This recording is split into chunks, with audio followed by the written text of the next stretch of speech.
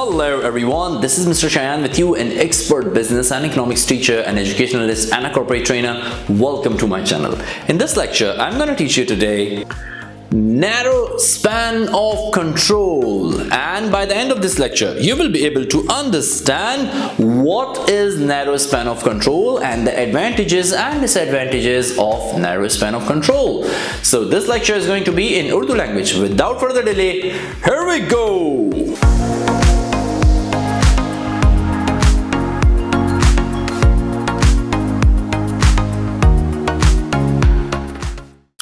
Welcome back. अपने topic की जानिब चलते हैं। नैरो स्पैन ऑफ कंट्रोल क्या होता है समझने की कोशिश करो। नैरो स्पैन ऑफ कंट्रोल, इससे पहले मैंने एक लेक्चर बनाया था जिसमें मैंने समझाया था वाइड स्पैन ऑफ कंट्रोल। अगर आपने वो लेक्चर नहीं देखा है, ये रहा लिंक डिस्क्रिप्शन में भी दे दिया है, जाके देखिएगा। Wide span of control along with the advantages and disadvantages of wide span of control. So what is narrow span of control? Narrow span of control is a management style where supervisor manages only a few number of employees because there are uncountable number, or not uncountable number, but there are several hierarchical levels available in a organizational structure. But on the other hand, the wider span of control is the management style where many employees report to a single manager rather than only a few.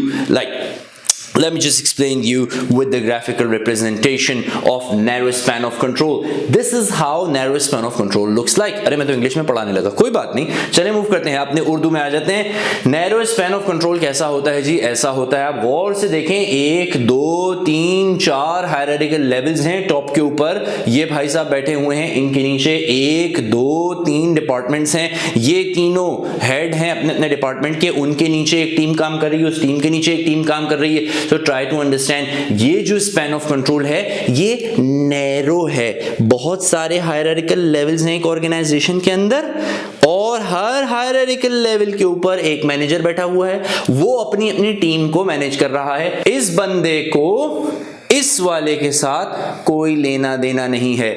ये manager अपनी team का manager है।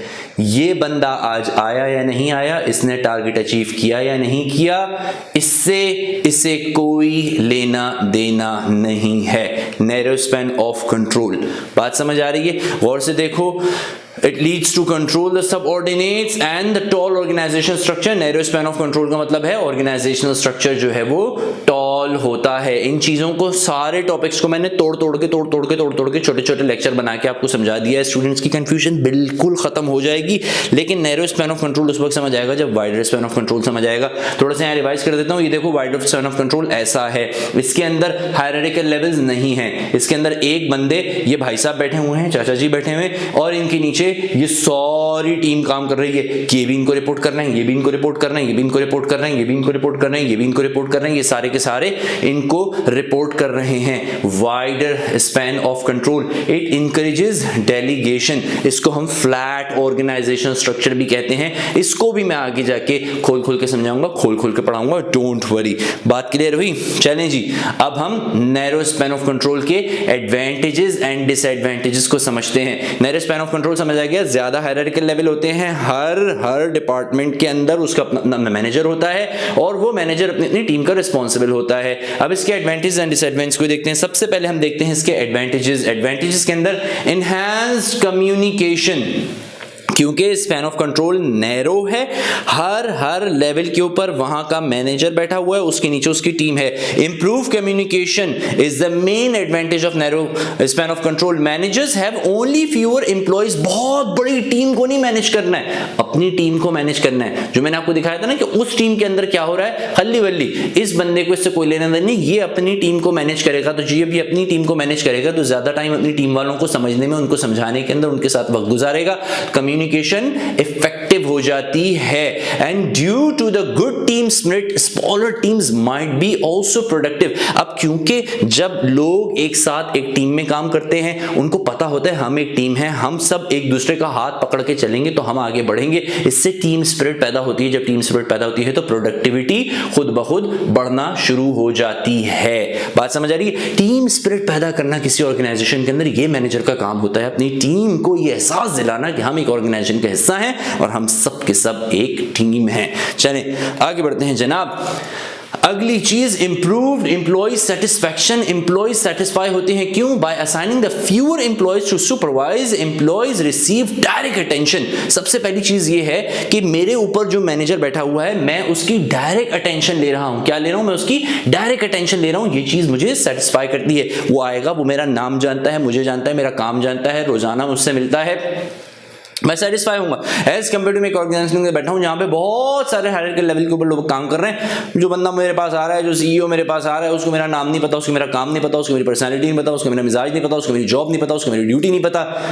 ओ यार, आता काहे को मैं काम करने के लिए? बात समझ आ रही है? अच्छा, with a narrow span of control, employees may have more opportunities to ask the questions and suggest the changes. जब narrow span of control होता है तो आप अपनी भड़ास निकाल के अपने मैनेजर के पास चले जाते हैं, आप उसकी सुन लेते हैं, उसको सुना देते हैं, सजेस्ट कर देते हैं, उसकी बात को समझ सकते हैं, बार बार क्वेश्चन कर सकते हैं। अगर आपको नहीं समझ आता तो आपके साथ लोग काम कर रहे होते हैं, आप उनसे पूछते हैं, क्योंकि एक ही डिपार्टमेंट के अंदर काम कर रहे होते हैं, आप उनसे अपनी बात को क्लियर कर लेते हैं। ठीक है? When the managers have increased contact with the employees, they may learn of the challenges that can affect the employees' job satisfaction and the productivity.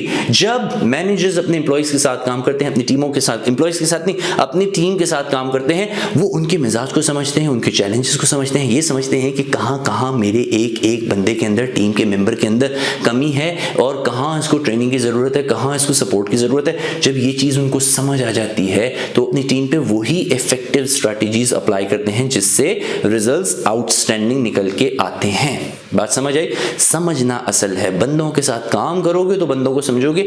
As a manager अपने एम्प्लॉय के साथ जितना गहरा रिलेशनशिप बनाओगे उतना ही उससे फायदा उठा सकते हो, उतने ही इफेक्टिव लीडर बनोगे। जितना डिस्टेंट रिलेशनशिप होगा, एम्प्लॉय बोलेगा यार मेरा काम है यहाँ पे जॉब करना, मैं तो तनख्वाह के लिए आता हूँ, मैं तो तनख्वाह करके जा रहा हूँ ना। वो आपको समझने की कोशिश करेगा ना आप उसको समझने की कोशिश करेंगे, उसको जॉब मिलेगी, वो चला जाएगा, आप बैठे रहेंगे, नए नए एम्प्लॉय लेके आते रहेंगे, वो आपके गोल को समझ नहीं पाएंगे, आपकी टीम का हिस्सा नहीं बन पाएंगे। आगे चलते हैं जनाब। अगली बात वो कहता है इंक्रीज कंपनीज अवेयरनेस। कैसे कंपनी की अवेयरनेस कैसे होगी? They can communicate beneficial information the employees progress. अब देखो, जब एक मैनेजर अपनी टीम के साथ काम कर रहा है, वो अपनी टीम को जानता है, टीम को समझता है, टीम के मिजाज को जान रहा है, टीम के स्किल्स को समझ रहा है, उनके हिडन टैलेंट को समझ रहा है, वो बातें बताएगा ऊपर मैनेजमेंट को जाके। देखो एक बात याद रखना, मैनेजर्स अक्सर और बेशतर डैश मिलते हैं, ठीक है, डैश समझ गए ना। लेकिन वो मैनेजर्स जो डैश होते हैं, जो अपने साथ काम करने वालों को प्रमोट नहीं कर सकते, ऊपर नहीं ला सकते, इनका सर्वाइवल भी बहुत छोटा होता है। कॉर्पोरेट वर्ल्ड सब आपस में एक दूसरे के साथ जुड़ी हुई होती है। जब इनको ठुड्डा पड़ता है, लात पड़ती है, दूसरी ऑर्गेनाइजेशंस इनको नहीं रखती, फिर छोटे लेवल के ऊपर जाके दोबारा शुरू करते हैं। लेकिन वो मैनेजर्स जो अपने एम्प्लॉयज को अपने वर्क को, अपने साथ टीम मेंबर्स को समझते हैं, उनको सपोर्ट करते हैं, उनको आगे लेके आते हैं, इनके टैलेंट में कमी नहीं आती। ये जब कॉर्पोरेट वर्ल्ड के अंदर पैर रखते हैं जाके, इनको हाथों हाथ लोग लेते हैं, क्योंकि जानते हैं कि यार ये लीडर है, ये लोगों को लीड करना जानता है, अपनी टीम के दिल जीतना जानता है, तो ये प्रमोट करते हैं, इनके स्किल्स को हाईलाइट करते हैं मैनेजमेंट के पास जाके। इससे कंपनी की अवेयरनेस बढ़ती है। जो हायर मैनेजमेंट है उसको समझ आता है कि कौन सी टीम कितनी इफेक्टिव है, कैसा काम कर सकती है। मैं एक और आपको मिसाल देता हूं। मैं एक कंपनी थी, मल्टीनेशनल थी, जिसके अंदर मैं काफी वर्ष पहले जब मैं काम कर रहा था, तो हमारे डिपार्टमेंट का एक लड़का था, ठीक है, वो फाइनेंस डिपार्टमेंट में काम करता था, लेकिन वो फाइनेंस के अंदर अच्छा परफॉर्म नहीं कर पा रहा था, but he was an outstanding person for marketing. जो हमारा मैनेजर था उसको ये बात समझ आई, उसने उसके इस स्किल को जाके, वो एज असिस्टेंट मैनेजर फाइनेंस काम कर रहा था, सेटिस्फाई भी नहीं था, सब कुछ नहीं था, लेकिन हमारा जो मैनेजर था उसने जाके उसके इस स्किल को, उसके इस टैलेंट को जाके सीईओ के सामने रखा और उसको बताया कि देखें सर, ये बंदा गलत प्लेसमेंट पे है, ये फाइनेंस का बंदा नहीं है, आप उसको मार्केटिंग डिपार्टमेंट डालें। आप यकीन कीजिए, उसकी बात के ऊपर जब सीईओ ने उसे मार्केटिंग डिपार्टमेंट के अंदर डाला, पहले महीने में उसने बेस्ट एम्प्लॉय का अवार्ड जीता और इतनी जबरदस्त सेल्स लेके आया, वो इतनी जबरदस्त, क्योंकि उसको वो तालाब मिल गया जिसके अंदर उसको तैरना था, वो दरिया मिल गया जिसके अंदर उसको चलना था। लेकिन हमारा जो मैनेजर था वो सिंसियर था, वो आज भी मैनेजर मेरे कॉन्टेक्ट के अंदर है, आज भी वो मेरी गुड बुक्स के अंदर है, आज भी एक अच्छे ऑर्गेनाइजेशन में काम करता है और सब उसको याद करते हैं, क्योंकि उसके अखलाक अच्छा था, अपनी टीम को हाथ पकड़ के ऊपर लेके आता था। Fewer direct reports can help managers to create a comprehensive view of the company and the people whom he is working with। सारी बात मैं कर चुका हूं, बार बार रिपीट करने की जरूरत नहीं है। आगे मूव करते हैं डिसएडवांटेजेस की हम बात करते हैं। सबसे पहला डिसएडवांटेज क्या है नैरो स्पैन ऑफ कंट्रोल का? Inefficient use of resources. कभी कभार आपकी रिसोर्सेज, आपके बंदे, आपकी प्लेसमेंट गलत हो जाती है depending on your company and your goals. A narrow span of control may not be appropriate allocation of the resources. सबसे बड़ा रिसोर्स क्या है, सबसे बड़ा एसेट क्या है किसी भी ऑर्गेनाइजेशन के लिए? उसके एम्प्लॉइज, उसके वर्कर्स जो उसके साथ काम कर रहे हैं, जो उनके लिए काम कर रहे हैं। Some employees within your organization won't require much guidance, इनको इतनी गाइडेंस नहीं चाहिए। अब कुछ एम्प्लॉइज ऐसे होते हैं, जैसे मैं हूं मिसाल के तौर पे कहीं काम कर रहा हूं, या मेरी आदत है जिस ऑर्गेनाइजेशन को मैं रन कर रहा हूं, फॉर एग्जांपल मुझे ज़्यादा गाइडेंस पसंद नहीं है। मुझे नहीं पसंद मेरी एरिया के अंदर आके बार बार कोई अपनी नाक घुसेड़े, बार बार कोई अपनी टांग घुसेड़े। मुझे अपना एरिया पता है, मैंने वहाँ काम कैसे करना है। लेकिन अगर कोई बार बार घुसेगा आके, बार बार मुझसे पूछेगा, जो एग्जीक्यूटिव डायरेक्टर है वो बार बार आएगा और आके मुझसे बोलेगा तुमने ऐसे क्यों किया, तुमने ऐसे क्यों किया, तुम ऐसे नहीं करना था, ऐसे नहीं करना चाहिए था, उठा के रिजाइन मुँह के ऊपर मारूंगा, दफा मैं काम नहीं कर रहा तुम्हारे साथ। क्यों? I don't like it. तो हर ऑर्गेनाइजेशन के अंदर कुछ ऐसे लोग होते हैं जिनको गाइडेंस नहीं चाहिए होती, कुछ होते हैं जिनको गाइडेंस चाहिए होती है। तो इस बात को समझना बड़ा जरूरी है कि कहीं ये जो आपके सबसे कारामद रिसोर्सेज हैं, सबसे कारामद एम्प्लॉइज हैं और सबसे कारामद एसेट हैं, कहीं इनकी इनइफेक्टिव मैनेजमेंट तो नहीं हो रही। इतने ज्यादा हायरार्किकल लेवल्स आ गए हैं, इतने सारे मैनेजर्स बैठे हुए हैं, कहीं कोई मैनेजर किसी के साथ कोई दो नंबरी तो नहीं कर रहा, जिसकी वजह से आपका जो इंतहाई अहम रिसोर्स है वो जाया हो जाए, चला जाए आपको छोड़ के। आगे मूव करते हैं जनाब। अगली बात वो कहता है इंक्रीज्ड कॉस्ट। इंक्रीज कॉस्ट का मतलब क्या है? देखो, क्योंकि इतने सारे मैनेजर्स काम कर रहे हैं, हायरार्किकल लेवल्स के ऊपर हर जगह पे मैनेजर बैठा हुआ है। मैनेजर्स की जब मैंने मैनेजमेंट का टॉपिक स्टार्ट किया था उस वक्त मैंने समझाया था कि why are managers paid high salaries. Managers को हाई सैलरीज दी ही इसलिए जाती हैं क्योंकि उनका काम होता है मैनेज करना, मुसीबतों को, परेशानियों को, पंचायतों को संभालना, उसको मैनेज करना, ये उनका काम होता है। तो उनको हायर सैलरीज दी जा रही हैं। जब इतने सारे हायरार्किकल लेवल्स के ऊपर मैनेजर्स बैठे हुए हैं तो इतनी सारी आपकी सैलरीज बढ़ रही हैं, इसलिए आपकी कॉस्ट इंक्रीज होती चली जाती है। और उसके साथ साथ hiring additional managers can increase your cost, क्योंकि जब आप हायरिंग के ऊपर जाते हैं तो आप ऐसे ही नहीं हायर कर लेते, आपको एजेंसी को हायर करना पड़ता है, वो एजेंसी हेल्प करती है, वो एजेंसी आपसे पैसे लेती है and so on. So narrow span of control के अंदर आपकी जो कॉस्ट है वो बढ़ जाती है, बिकॉज बहुत सारे मैनेजर्स हर हायरार्किकल लेवल के ऊपर बैठे हुए होते हैं।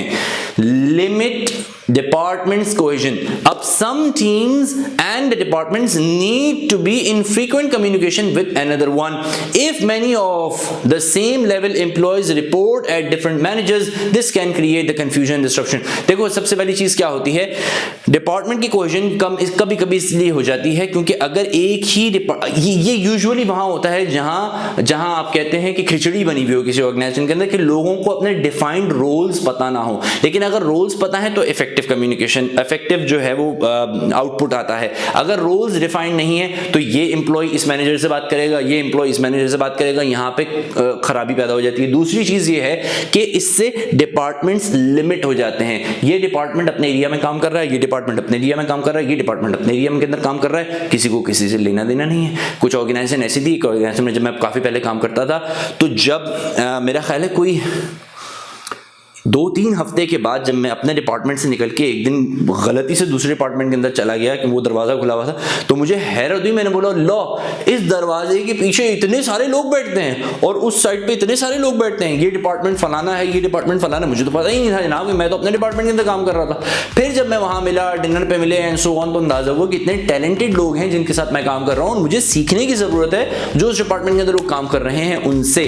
सो इसको कहते हैं limits department cohesion. This was my lecture on narrow span of control. उम्मीद करता हूं आपको आज का ये narrow span of control का लेक्चर पसंद आया होगा, समझ भी आ गया होगा, डायग्राम्स दिखाई, उसकी ग्राफिकल रिप्रेजेंटेशन दिखाई, एडवांटेजेस समझाए, डिसएडवांटेजेस समझाए। अगर आपने मेरे चैनल को अब तक सब्सक्राइब नहीं किया है, बराए मेहरबानी कर दें, और अगर ऑलरेडी सब्सक्राइब कर चुके हैं, बहुत बहुत बहुत बहुत बहुत शुक्रिया। दूसरों तक इस चैनल को पहुंचा दीजिए। यकीन कीजिए, यकीन कीजिए, यकीन कीजिए, चाहे स्टूडेंट हो, चाहे एम्प्लॉय हो, वर्कर हो, टीचर हो, हर देखने वाले का फायदा जरूर होगा। वीडियो देखने के लिए बहुत बहुत शुक्रिया।